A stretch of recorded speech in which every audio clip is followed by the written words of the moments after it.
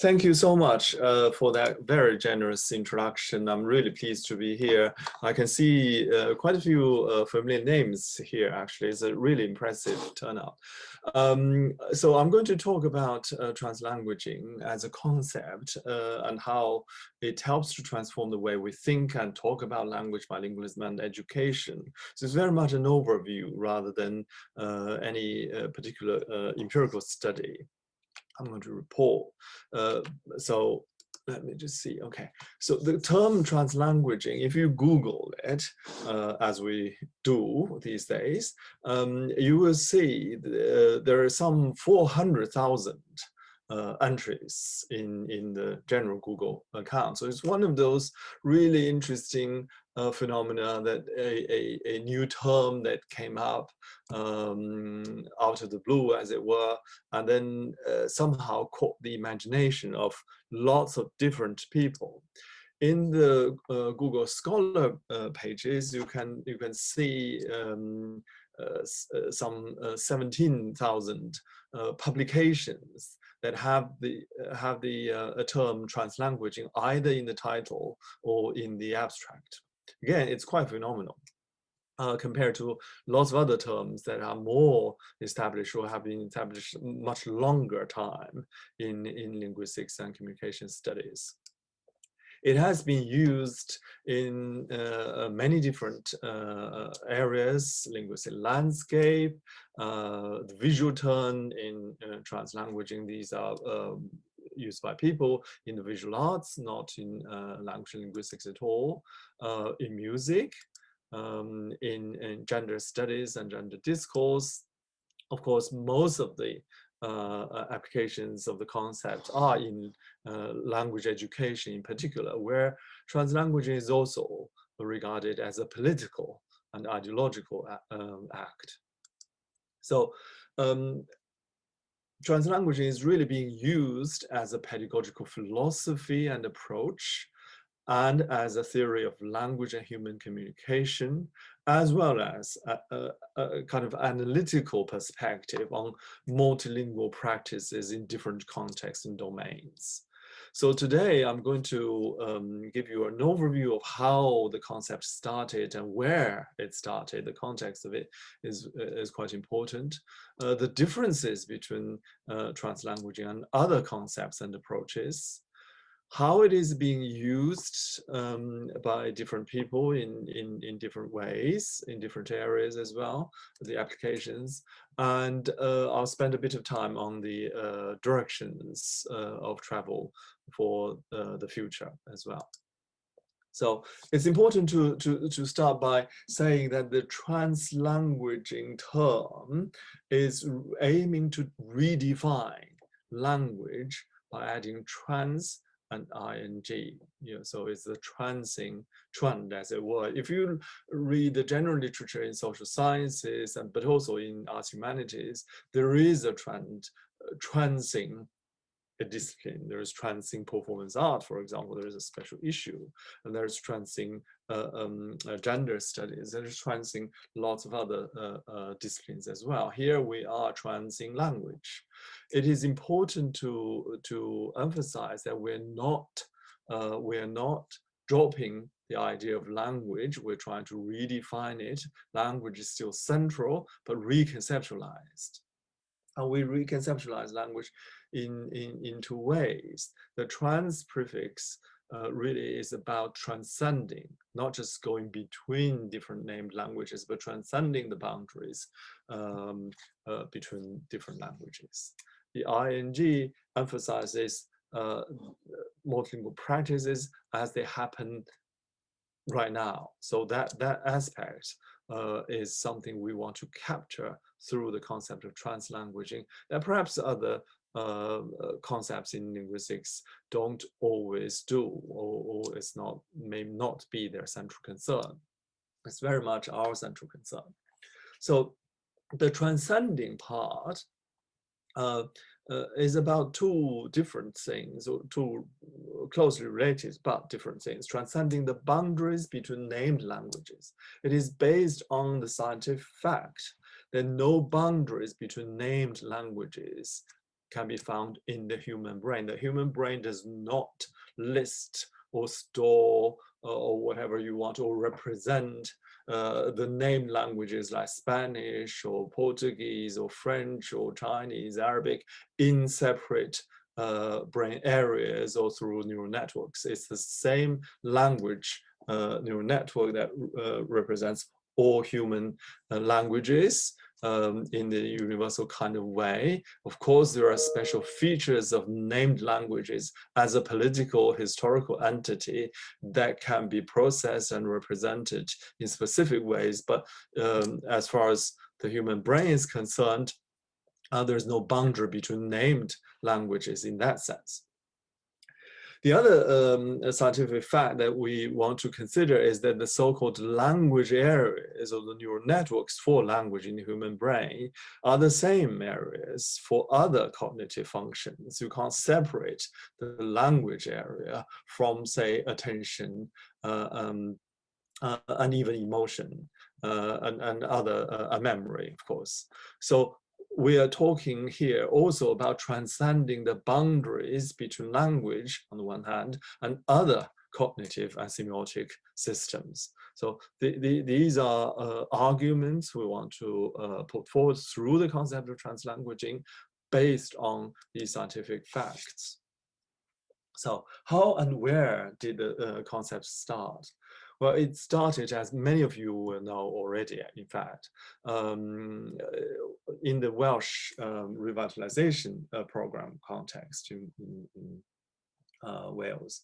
The Welsh revitalization program is not a language teaching program, but to use Welsh to learn other subjects and contents. And that's the typical kind of way people do revitalization programs. So you want to revitalize it by using it for teaching and learning other disciplines and subjects and contents, so that you bring up a new generation of speakers. New speakers is another interesting concept there, that will be able to operate in that language in different domains for different purposes. Again, as I'm sure many of you know, there is no Welsh monolingual. So Welsh speakers are also speakers of English and other languages as well. In many cases, they are multilingual. The school policy, of course, in these Welsh revitalization programs is to encourage the use of Welsh. This is the whole purpose of revitalization. But the classroom reality is rather different. So the teacher in these Welsh revitalization programs tries to teach in Welsh, but the pupils, given the fact that they are bilingual and most of them are dominant in English, responds quite naturally in English. And sometimes they read certain teaching material or other information in English, because not everything is available in French, but they're encouraged to have a classroom discussion in Welsh. So you have this really interesting going back and forward between the two languages through different modalities: speaking, reading, speaking, listening, reading, and writing. Now, one very experienced teacher trainer and teacher who was involved in the Welsh revitalization programs, Cam Williams, studied this phenomena, or studied the Welsh revitalization programs and noticed this phenomena. And he wrote in his PhD thesis, which was written in Welsh, using this term that is on the screen. I don't know the exact pronunciation of it. I won't try to describe, to document this phenomena. It is cross-language and cross-modality. Now, for Williams, rather than seeing it as a problem or barrier to learning against the school policy, of course, the practice is against the school policy, which is really promoting Welsh revitalization. Williams saw it as a positive way of maximizing the pupils' bilingual potential in learning. So rather than forcing the pupils to stick to Welsh only, he actually argued very strongly that, you know, to allow the pupils to use both English and Welsh is a positive way of maximizing their bilingual. We have to recognize these bilingual pupils in the process of learning. And it was his the PhD supervisor, Colin Baker, an Englishman, who introduced the concept, the idea to the English-speaking world by adding trans to the existing concept of languaging, which has been there in systemic functional linguistics, as well as sociocultural theory of second language acquisition, as well as anthropological linguistics for many generations and decades. In his textbook, Foundations of Bilingual Education and Bilingualism, in the second edition. The first edition, he mentioned it, but with a different term, translinguifying. So it was really through Colin Baker's introduction in this textbook that the term itself, translanguaging itself, got really kind of the world's attention. Now, from day one, both Williams and Baker saw translanguaging not as an object, not as an object or linguistic structural phenomena to describe or analyze, but as a dynamic practice of flexibly using all their languages and semiotic resources in the process of knowledge construction. So it's a practice and a process. The process of knowledge construction is learning. Now, learning is about constructing knowledge systems. And to both Williams and Baker, the language in which the knowledge system is constructed matters. Yeah? And when we argue that all languages matter in learning, that is the kind of baseline argument, as it were. The language in which the knowledge system is constructed really matters. So it raises the question, is educational schooling about social control? Well, clearly it is. Yeah, I don't think there is any doubt about that. It is about social control. But is it simply about getting everybody to think in the same way? Or is it allowing, facilitating, even encouraging the learner to think in their own way, independently, creatively, and critically? And that's why I view, the translanguaging concept does help us to raise interesting questions about the way we think and talk about education, not just about language. So, today's talk will be a combination of how we talk about, think about language, but also how we talk about and think about education, especially language education.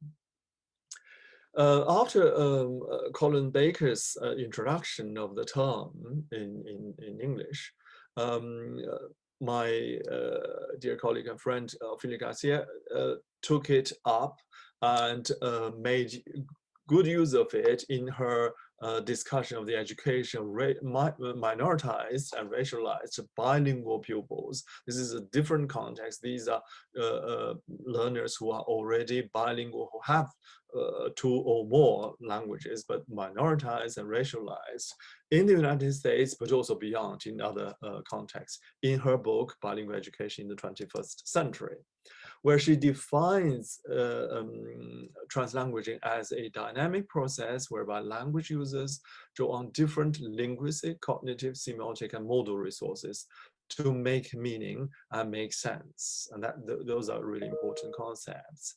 They're not just producing structures, but actually doing things with the language material. So making meaning and making sense. Transcending, again, it's really important to emphasize the transcending aspect, the boundaries between named languages and between language and other meaning making and sense making resources, as I previously alluded to.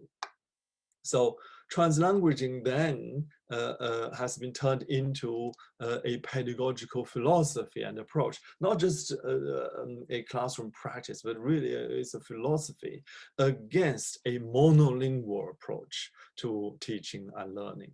specifically against monolingual language education or medium of instruction policies, whether it is Welsh revitalization, where only Welsh was supposed to be used, or these days, more popularly, English medium instruction, for example, and emphasizes all languages matter, all knowledge systems matter. You know, the knowledge systems can be, and very often are, constructed in different languages, and all these languages matter, and all the knowledge systems matter.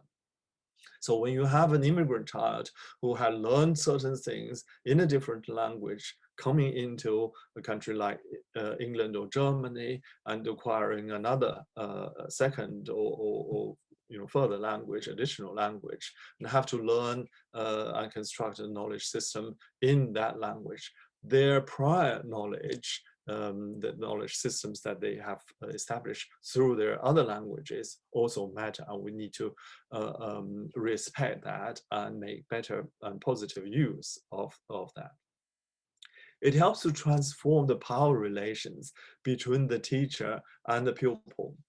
And this is not just an argument, but actually shows there is quite a lot of research evidence to show that teachers who are willing to adopt a translanguaging pedagogy, pedagogical philosophy, actually, put themselves in a co-learning position in what some people call pedagogy of vulnerability.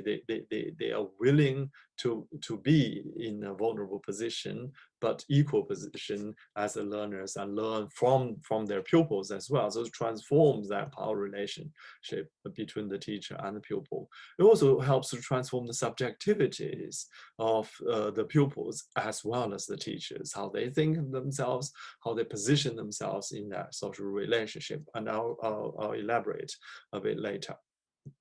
Translanguaging also promotes multimodalities, even transmodalities, and the use of multiple semiotic, modal, sensory, and spatial resources. So in the classroom, it's not just about the use of mixed languages or the use of named languages, but also about different modalities and other semiotic, sensory and spatial resources. This is transcending the boundaries between language and other meaning and sense-making resources. So I'll just go through this very quickly. There is quite a bit of confusion, and I certainly get asked a lot what's the difference between translanguaging and code switching. Quite often I say, well, there is no real relation as such, because most of the people who use the term translanguaging never ever use the code switching. And I do feel personally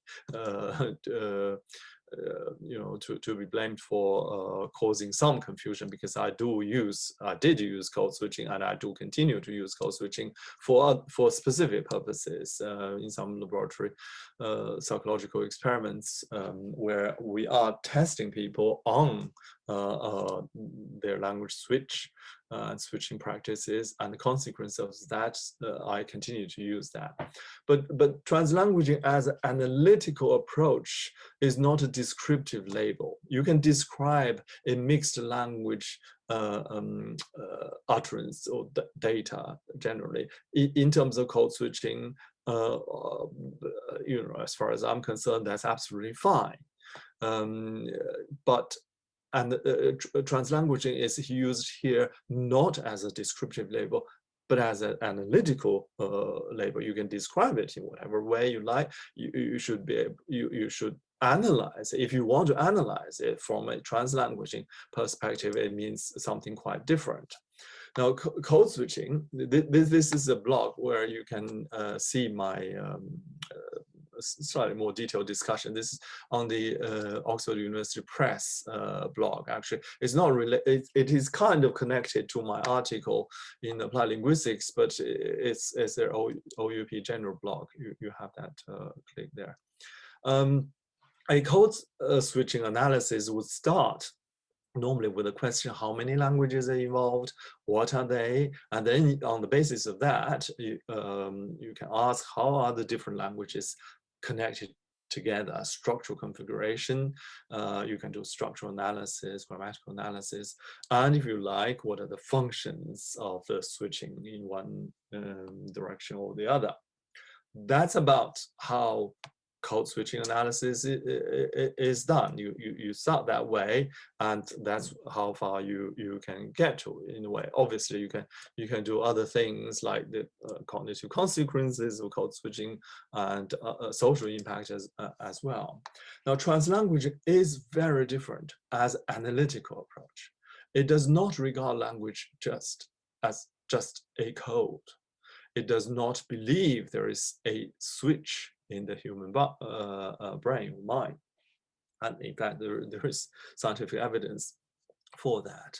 So the focus of translanguaging analysis, rather than description, is on meaning making by transcending boundaries of various kinds. So it is about how meaning is made through transgression and transformation, either of linguistic structure or subjectivities or modalities and various other kinds. It's about transcending boundaries, how transcending boundaries make meaning. You can describe the data, as I said, in whatever way you like, with whatever term you like, but translanguaging is a way of analyzing things, looking at things. So look at this example. I realized that most of the people today are speakers and users of European languages, but this is a sign I noticed in one of the cities in central Taiwan a few years ago on a visit. There are lots of shops near the university where I was staying, and early morning they have these stores selling fresh fruit and various other things. And I quite like the idea of going to these stores and have breakfast there, and particularly these really fresh fruit stores. So this sign there, you see the blue characters in Chinese, but of course, they're also kanji in Japanese. But it means today and fruit. So the two top characters meaning today, and the middle one in blue means fruit. The top yellow sign there is a Japanese possessive marker. It's the equivalent of English apostrophe S, which in the grammar of code switching basically says you can't switch that. You don't switch that. That violates the grammar of code switching.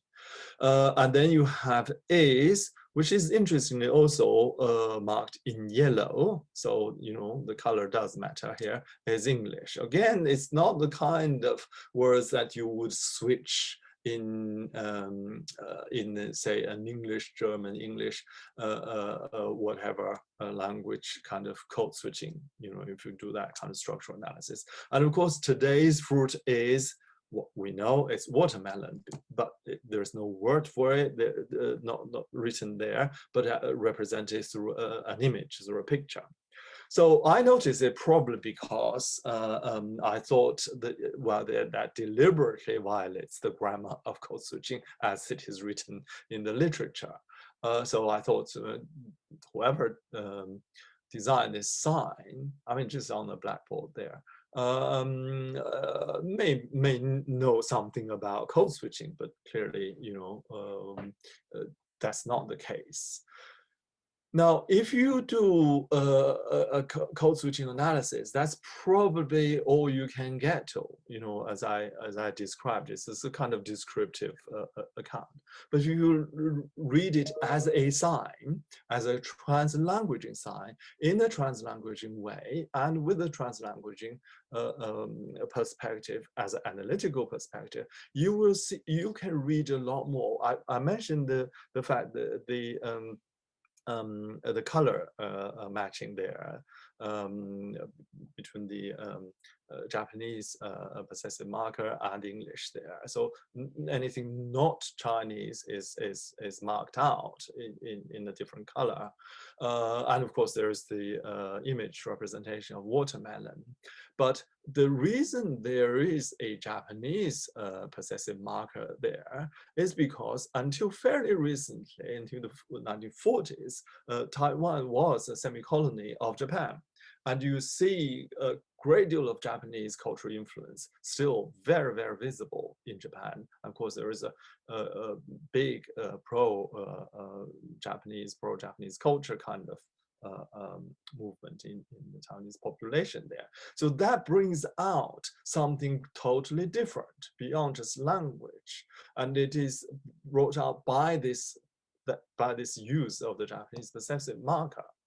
And if you read even further in this, and you do need a bit of linguistic knowledge of it, the pronunciation in Japanese of the word fruit is very similar to the pronunciation of the Chinese word for watermelon.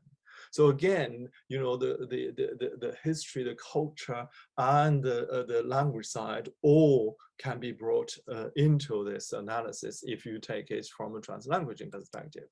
A few days later, after I left, one of my students who knew I was interested in this particular shop and the sign sent me a picture of a different sign, but from the same shop. This time, stick on a piece of paper in the window.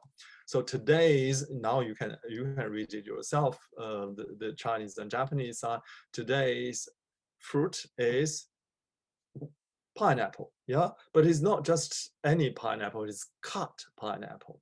But interestingly, the word cut in English is repeated twice, because in the red sign in the lower corner, there is additional Chinese characters means special price. So it's a cut price, cut watermelon, not watermelon, pineapple, today's fruit. Again, the association, the matching of color, and this kind of reading. Really, you need a translanguaging reading to get the layers of meaning out of it, rather than a more conventional code switching reading.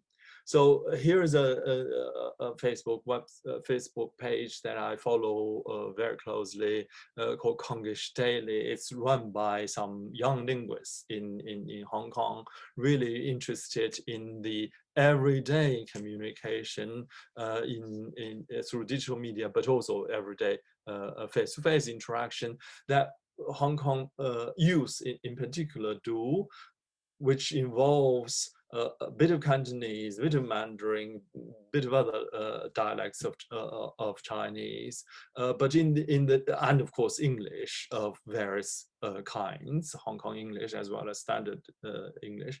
But in the digital domain, you will see Chinese characters there, as well as English words and various romanization of Cantonese, as well as Putonghua, Mandarin, and emoji, other images, quite often with moving pictures as well, with video.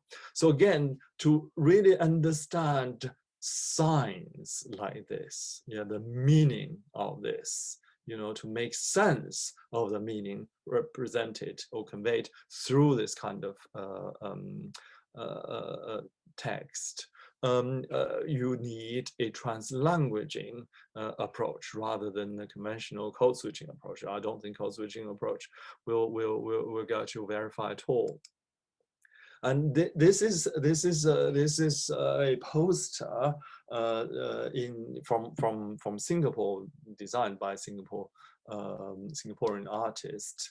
It kind of mimics the warning signs that are very commonplace in Singapore. Singapore is probably very well known, notorious for the kind of policing warning signs in public domain. And we know the 4 official languages of Singapore in that order.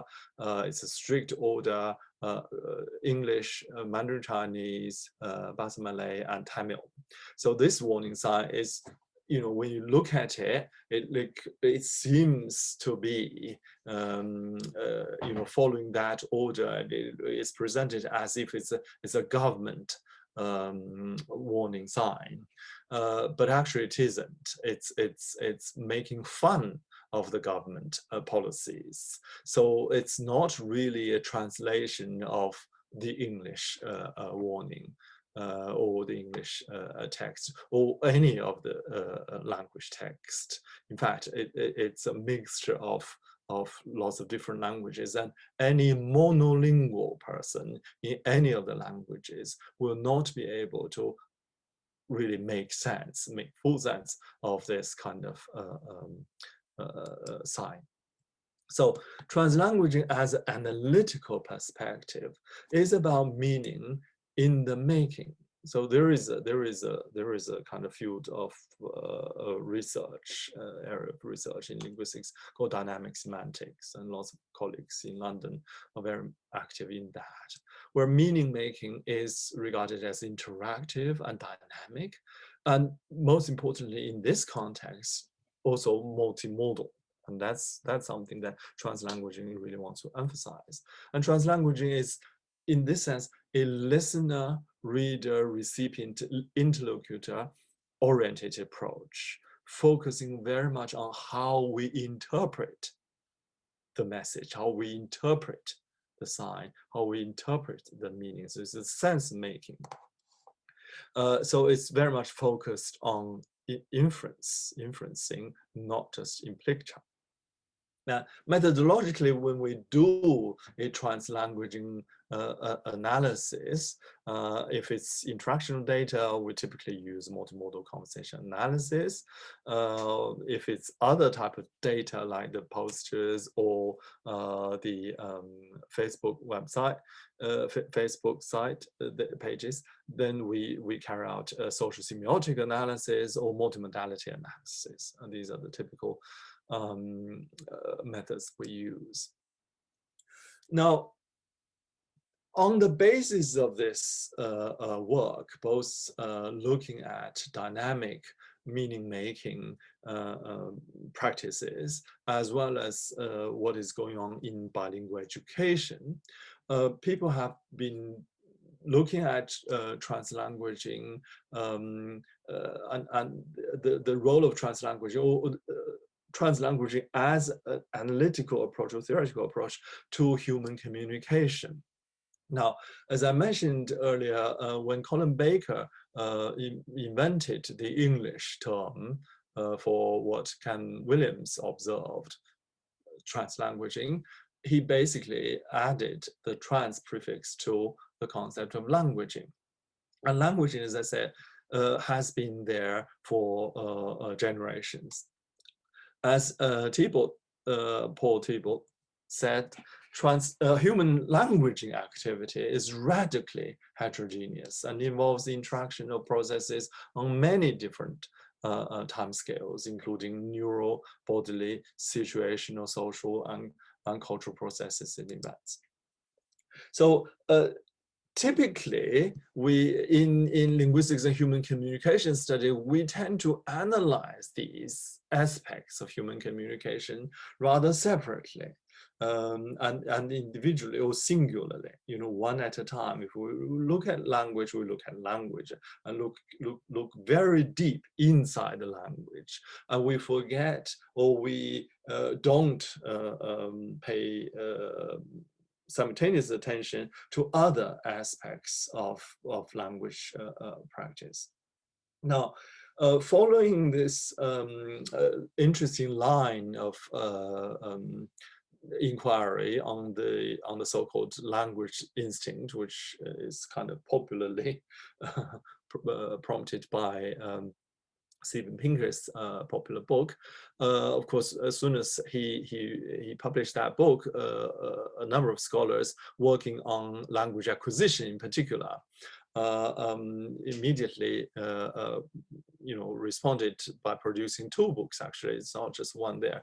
There is also exploring the interactional instinct. So for the language instinct, the innate capacity of acquiring and using language, you need to, for that to be triggered, you need an interactional instinct. Basically, what they are arguing is human beings have an innate capacity to and desire to interact with other people, with the environment, with objects. We talk to ourselves, we talk to objects, and that's because we have that natural desire to interact, and that triggers, in some sense, the innate capacity to learn and use a language. Building on that, myself and other colleagues have been developing this idea of translanguaging instinct, which really is about human beings' innate drive to go beyond narrowly defined linguistic cues and transcend the culturally defined language boundaries. So again, as Paul Thibault pointed out, in human communication, multiple cues are present simultaneously in producing a message. And human beings have a natural instinct to draw on as many different sensory, modal, cognitive, and semiotic resources as available to them to interpret the meaning intentions, while addressing or assessing the relative relevance and significance of the different cues. We have a natural instinct to process these cues together.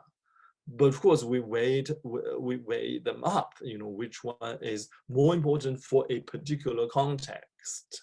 So when somebody says or produces a new expression, or maybe we sense a new meaning of a familiar expression, we don't ask them to repeat it endlessly, or say it again. I don't understand what you mean, say it again. Saying it again does not really help you.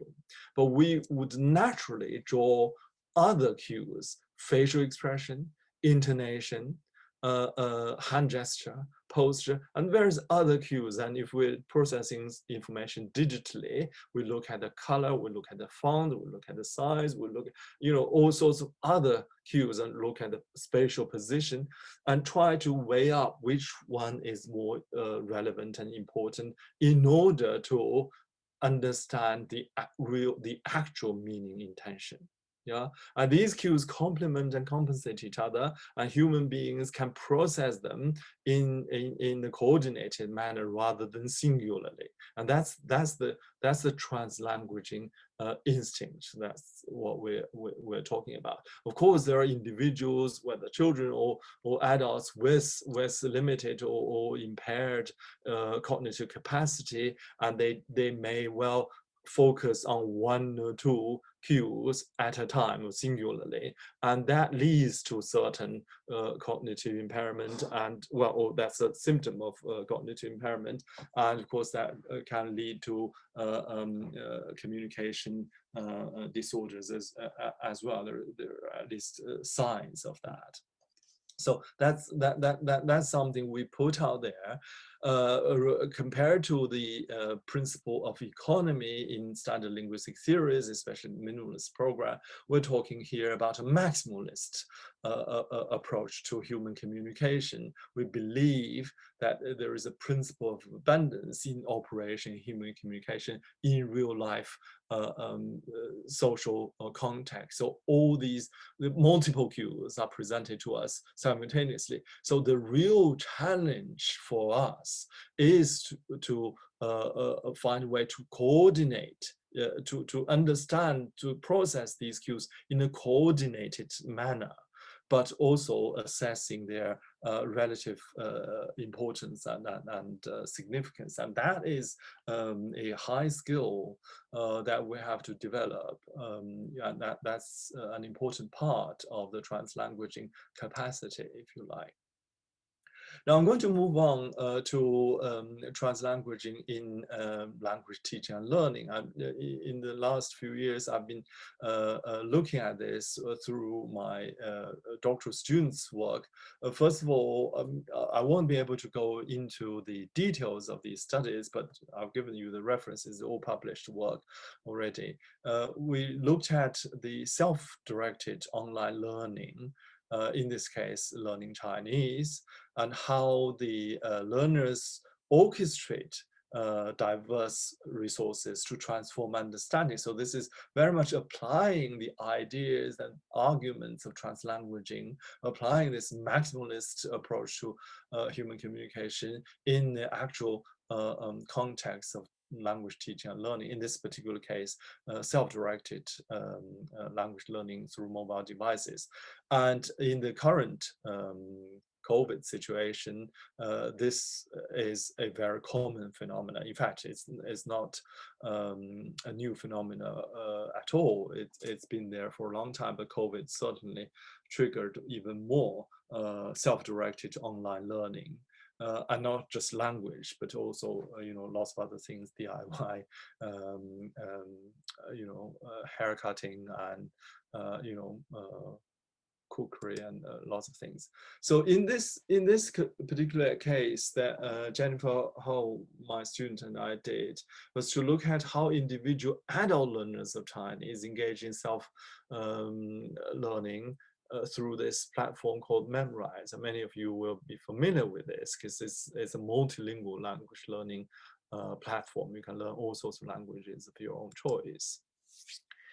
As I said, informal mobile learning is not new. It's very common. It's learning that is undertaken either individually, collectively, on your own, without external impulse criteria or the presence of a teacher. And digital technology, of course, allows us to learn on the go, making learning really flexible and able to be controlled by the individual learners themselves. So, and the internet opens up the access to education in an amazing, unprecedented way to a very diverse group of people with different funds of knowledge at their disposal. So they bring into this process their own prior knowledge and skills and languages. An individual can be a teacher in one setting and a learner in another, engaging in this real act of knowledge exchange. So the study that Jennifer did with me really was looking at learner autonomy and agency in second language learning. So the project was not setting out to look at translanguaging, but we wanted to use a translanguaging perspective to look at how learners coordinate diverse resources in their self-directed learning. But we were going to use translanguaging to look at two key theoretical concepts: learner autonomy and agency. Again, in the actual publications that you will be able to read the details of where we did the study. So we used screen capture to do the video and recorded their own speech. So this is one example of a learner was in the process of learning this Chinese character. Was memorized. The task is to create your own meme in a sense, a story that helps yourself, the learner itself, to remember the meaning, the shape, and the pronunciation of these characters. So he had to do this on his own. Of course, he has to process the information, some available in English, some in Chinese. There is sound if you want it. There is also other people's creation of memes that he can model. And he can check the pronunciation and the meaning if you wanted to. And he's constantly, in this kind of context, it was really interesting. He's constantly talking to himself. We didn't use the eye tracker, but we recorded the facial expressions and their focus. Well, I wish we did do the eye tracking, but we did track the mouse movement and what they typed. And of course, we had to add our own commentary. So this is the kind of transcript we designed for this study. So in this particular case, meaning making really involves very carefully orchestrated use of multiple semiotic and modal resources. The learners constantly talk to themselves, they think aloud, they look, read, and move the mouse, they type, they read the pictures, image or sign, they imagine other pictures, image and sign, they create their own sign, they type out the pronunciation, try to memorize the pronunciation, linking the pronunciation with other image and sign, and making connections across meaning, sound, and image. So this is not just him, because we looked at 20 learners, both genders and in different contexts with different linguistic background, but all learning Chinese on their own. And learners are doing meaning making through 2 languages, sometimes more, creating stories in English about a Chinese character with bits of information about Chinese radicals that make up the character embedded in the story. So they're transcripting something new in this process, and it is very much this coordinated use of multiple resources, not just linguistic, really go beyond named languages, that actually made sense to them in order to learn something new and something meaningful. Another application of the translanguaging approach that I'm currently doing is with the current doctoral student, Kevin Tai, who's interested in English medium instruction and content language integrated learning in secondary schools, but not language classes, but mathematics class in Hong Kong, in Hong Kong context. Now, as I said earlier, the whole translanguaging thing started in education, and it was very much against the principle or the idea of monolingual approach to language teaching and to education generally, and against the idea of monolingual medium medium instruction kind of policy and pedagogy. So here we are looking at how the teachers, this project focuses on the teachers, brings in outside knowledge to enhance the students' experience through translanguaging in English medium instruction maths classes, and also creates space, as it were, for the learners to enjoy learning by constructing playful talk, making jokes, making fun in multiple languages, but also through other semiotic resources. But also we are looking at how the teacher puts himself into a co-learning position rather than dominating the interactions in the classroom. As I mentioned, translanguaging helps to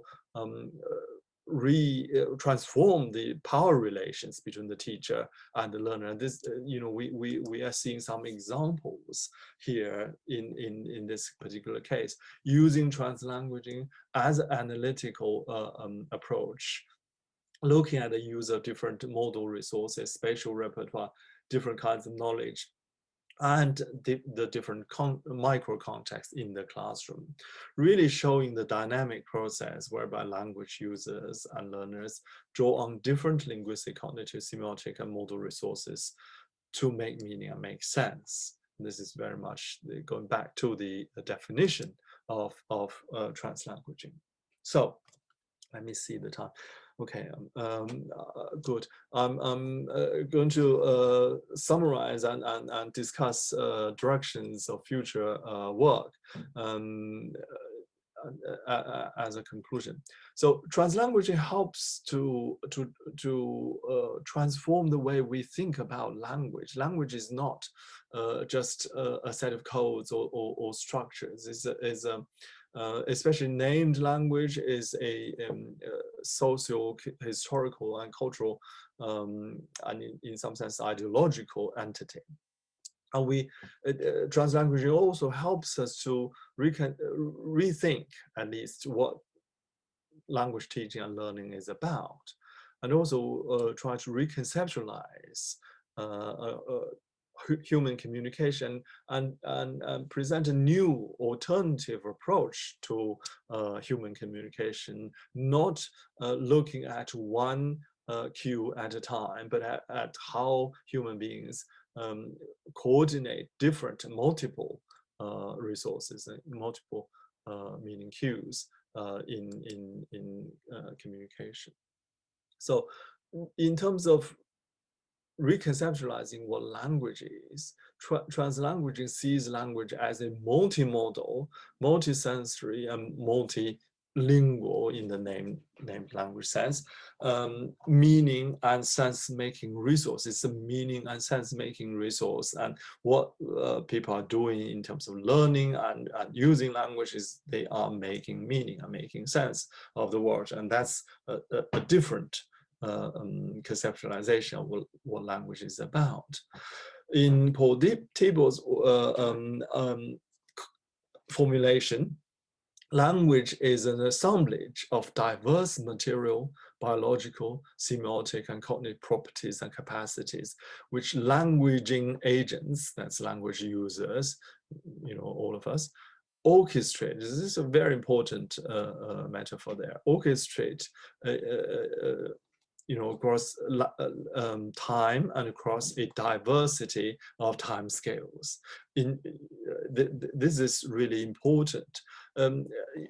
Paul Thibault compares languaging, the process of languaging, to music making, which is especially orchestral music making, which is also a meaning making process and sense making process. So when we are listening to a piece of orchestral music, we're not, well, it doesn't make any sense if we only pay attention to one instrument at a time. And it's certainly not the quantity of the contribution of single or individual instruments singularly. But it's how these different instruments come together, that orchestration, that orchestrated kind of process is the meaning making process. And we, in listening to music, sense making, we listen to that meaning in a coordinated and orchestrated way, rather than singularly.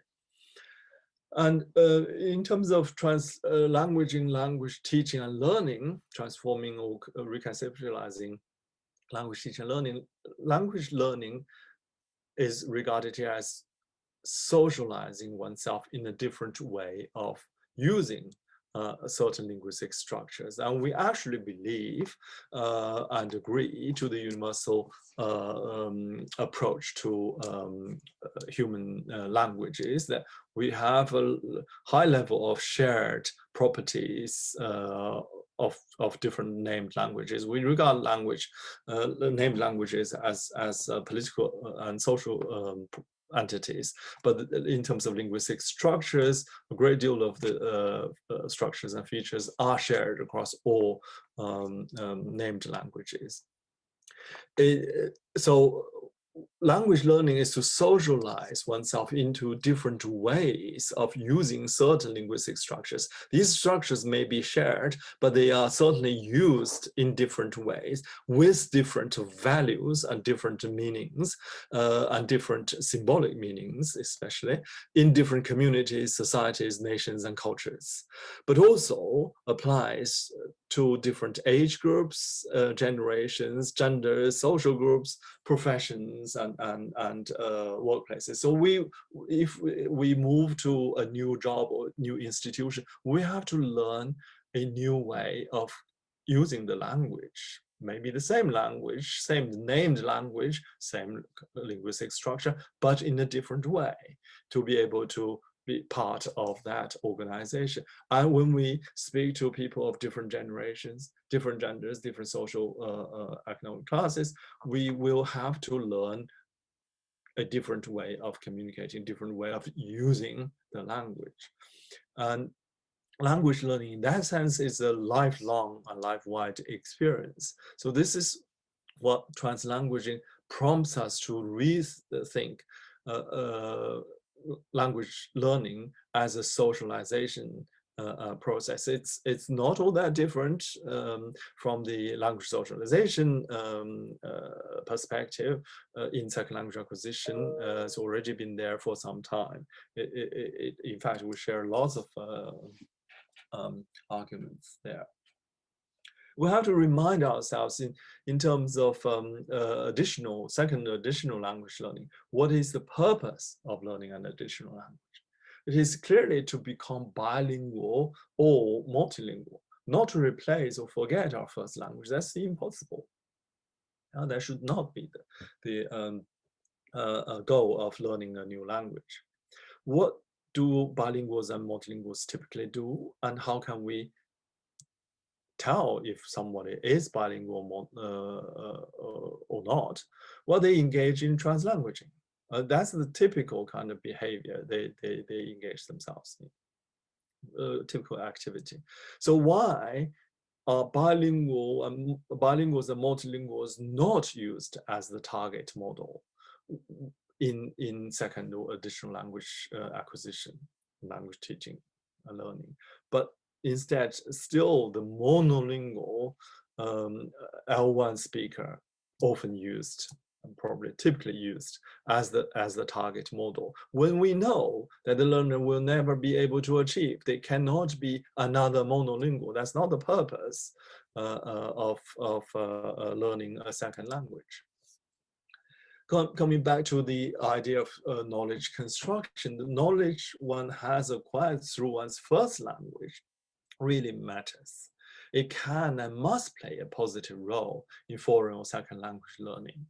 So in the standard literature, I know things are changing very fast in second language acquisition research, but so far, still the dominant discourse when we look at the discussions of transfer. I mean, transfer can be such a negative kind of idea. L1 to L2 transfer is always seen in a rather negative sense. So learner errors is prompted by a transfer from your mother tongue. The knowledge you have constructed through your first language or even languages must have a positive aspects, must have a positive or can be a positive transfer. The transfer can be positive. So we need to look at this, but also the possibility of multi-directional transfers. All languages matter, as translanguaging perspective really wants to argue. Our mother tongues matter, our first languages absolutely matter.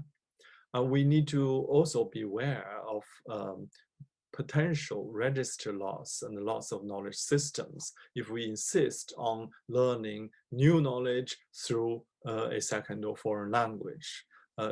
There's quite a lot of critique of the EMI practice and ideology there and policy. And translanguaging really urges us to move away from too much focus on language alone. In some sense, people are promoting and certainly exploring content and language integrated learning through the translanguaging lens, because they want to move away from a primary focus on language alone in language learning. We certainly want to move away from a teacher-dominated teaching to a co-learning situation, co-learning experience.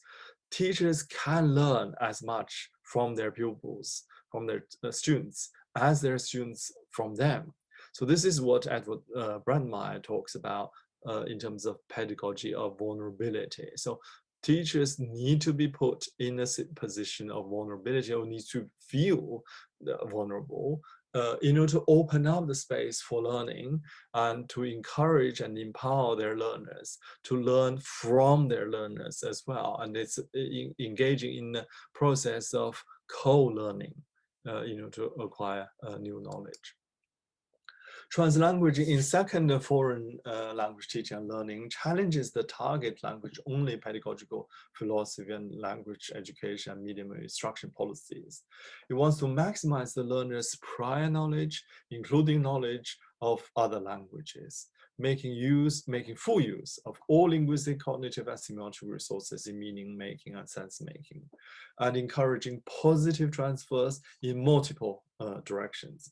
So in that sense, it is what we think a truly plurilingual approach to learning against monolingual policies and practices, and really giving agency and autonomy to the learner. So again, it's just to emphasize that translanguaging is not about adding another language to the repertoire, and not about allowing different languages to, in a patronizing way, to be used in learning in the classroom. It's fundamentally reconstitutive of language status, really trying to transform the status quo, as it were, between the different named languages, and reconstitutive and challenging the linguistic ideologies as well, and challenging the authorities and power relations in learning. So that's the goal of translanguaging. So of course, we are trying to promote translanguaging not as a descriptive label like code switching. That's not going to take us anywhere, but to look at learners and teachers, how they achieve learning through flexible, dynamic translanguaging practices involving the maximal use of diverse resources. So we should be addressing other theoretical issues like learner autonomy, like agency, and other things from a translanguaging lens. Thank you very much.